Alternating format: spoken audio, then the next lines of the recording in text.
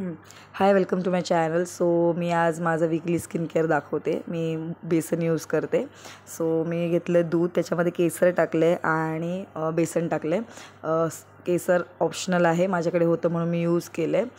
Milk आणि बेसन daily बेसिसला खूप जण यूज करतात क्लिन्झर म्हणून. सो मी पण तेच करते. फेसला लावून अप्लाय करायचं आहे, स्क्रब करायचं थोडा वेळ आणि वॉश करून टाकायचं आहे. जोपर्यंत मी स्क्रब करते तुम्ही जाऊन माझ्या चॅनलला लाईक, शेअर आणि सबस्क्राईब करा. मी खूपदा नोटीस केलं आहे की लोक सबस्क्राईब करतात बट लाईक करत नाही. प्लीज लाईक पण करा. एका व्हिडिओच्या मागे खूप मेहनत असते. सो प्लीज तुम्ही जाऊन सबस्क्राईब करा आणि लाईक करा. फेस वॉश केला आहे आणि खूप छान दिसतो आहे. थोडाफार फरक लगेच जाणवतो. त्यानंतर मी एक नॉर्मलचा फेस पॅक बनवला आहे. त्याच्यामध्ये पण मी केसर टाकलं आहे. इथे पण ऑप्शनल आहे. चंदन पावडर घेतली, त्याच्यानंतर बेसन घेतलं आहे, थोडंसं हळद टाकली त्याच्यामध्ये आणि रोज वॉटर टाकलं आहे.